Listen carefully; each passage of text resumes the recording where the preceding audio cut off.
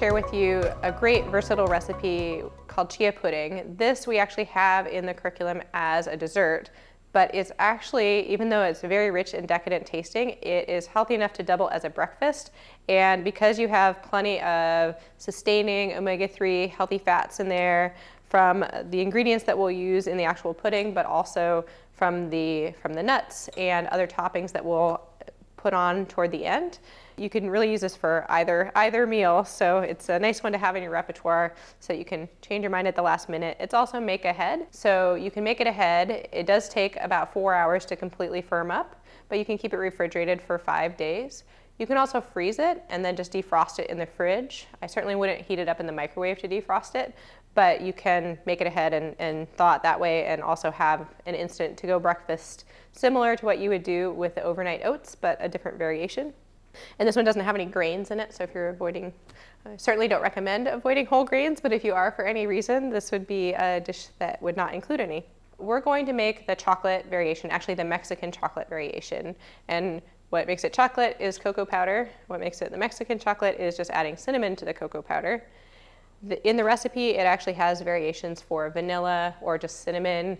Anything that you want to add to it, really your imagination is the limit. If you do decide you want to flavor it with fruit or a puree, you would just reduce the whatever milk you're using. This one I'm using an unsweetened soy milk. But if you wanted to use, say, half and half the soy milk and fruit puree, then you could do that and have a really rich, fruity version as well. And the cocoa powder, you don't have to adjust anything. You can just either put it in and have it be rich and chocolatey, or leave it out and have it be a different flavor. So let me go ahead and show you how we will go ahead and get started with this. So with cocoa powder, just since we're not going to be cooking this, it's important to get out any clumps. So what I'm doing is I'm sifting it. So if you've ever seen that you should sift your flour or sift your cocoa powder or sift your dry ingredients together in a recipe, this is what it means. So I have a fine sieve here. You don't need a special flour sifter. You can use the same one you would strain things with, as long as it's really fine. And then you just tap it over a bowl against your hand, and you make pretty quick work of it. So that's as long as it took. Now it's perfectly fine. There are no clumps. And since I have the cinnamon there, I might as well, anything that's dry and fine, you can just sift right in there. And then I'm going to mix the chia seeds in. So you can see there's a large volume of chia seeds. This makes 4 portions, so you're going to get a lot of omega-3s from this. If you've been used to just using seeds such as chia or flax in just small amounts, to top your granola or something, this is a nice way to incorporate more in your diet. Besides having a ton of omega-3s, this is very rich in fiber as well. So what I've done is I've just mixed together the cocoa powder and the chia seeds and cinnamon, so it's well mixed together. Now, this is where it's a little temperamental. You want to whisk just enough of whatever milk you're using in to kind of make a paste. The only problem that you'll run into if you put it in too quickly is that you'll get clumps. So if you just poured all the milk in there and try to stir it together, the dry ingredients would just clump together, and you may end up with some dry spots at the end, which wouldn't be very tasty. It'd have not the most pleasant mouthfeel. So anytime you're making something with cocoa powder in a liquid, you would do this. It's a little less fussy if you make it without the cocoa powder, but you should still whisk in the dairy product or the plant-based milk that you're using with the chia seeds, because the chia seeds will also tend to clump as they get hydrated as well. They absorb a lot of liquid, and that's really what's going to be the thickener here. So a lot of puddings you would thicken with either cornstarch or flour, some other kind of starch, and this is just going to thicken naturally over the course of sitting with the chia seeds. So it's important not to, if you only have half the amount of chia seeds, make half the recipe. Don't just go shy on them, because it will not thicken up.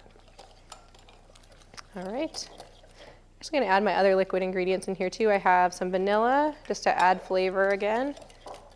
And then our sweetener. So we're going to use a maple syrup. You can use any sort of liquid or not liquid sweetener, whatever you prefer. Just easy to incorporate when it's liquid. You're not getting a ton of sugar this way. You're only getting a quarter of what was in there, so it's quite a low sugar dessert. And then any effect on your blood sugar is going to be offset by the healthy fats, the fiber, and the protein in the ingredients, and the toppings for the pudding. All right, we're just about done. We're just going to finish whisking in our plant milk. So you can see this is quite thin. It's going to thicken up to the consistency of a standard pudding as it sits. So now what we need to do is just divide it up into some bowls, jars. It's a pretty small portion that you have. You know, you're only going to get about a half cup or so. You just want to make sure to leave some head space, which just means room at the top of the jars so that you can add any toppings. And so what we have here for toppings are the same things that we're using on a lot of different dishes, just to show you how versatile having some of the same types of things around can be. So we have some fresh berries, we have some dried fruit, we have some dried apricots, some raisins, some dried cranberries.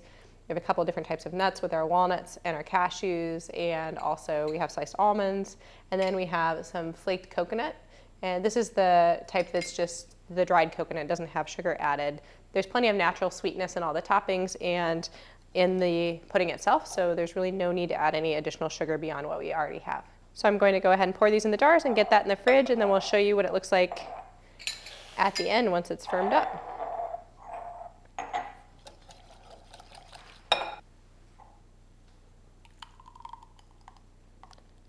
And we are going to, the other thing that we're going to do is we are going to whisk it about 45 minutes into the refrigeration time. What will happen is that the chia seeds start to go up to the top and they'll float a bit, and then they start to absorb more liquid, and they'll make us really solid on the top, and it will be more liquidy on the bottom if you forget that step. So if you are around the house sometime, 45 minutes to an hour after you put it in there, stir it, and then it's hands off at that point. And I'm intentionally using some containers that you could put a lid on because, again, you could take it for breakfast if you wanted to. If you're going to serve it for dessert, though, you can also put it in fancier parfait glasses, wine glasses, whatever strikes you. I recommend that if you're going to put it in wine glasses, make sure that they fit on the shelf in your fridge. I have definitely thought of doing it, and then that didn't work in my fridge. So make sure you have space for them before, so that you're not scrambling at the last minute to make sure it doesn't, that you have a place to put it. It's been a few hours now. Our chia pudding has firmed up, so you can see it's no longer watery. There might be a little bit of a jiggle, but it's not going to slosh on the side when you shake it. I think I'll just top one. Well, let's see. We'll do this one. So let's see, what do I think goes really well with chocolate? Well, I really like berries with chocolate, so maybe I'm going to put some strawberries. I might just layer some strawberries right in here.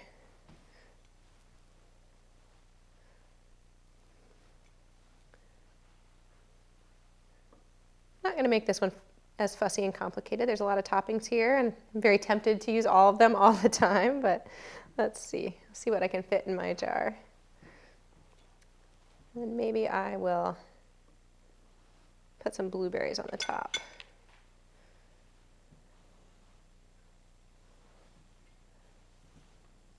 And I have enough seeds in there with the chia seeds. I don't really need a lot of nuts to have pretty good nutritional profile. If I had just done chocolate, I might add some coconut or other things that I like with chocolate. Here we have our finished chia pudding. Again, we have it in our dessert class, but it's very versatile, and you can really have it any time of the day.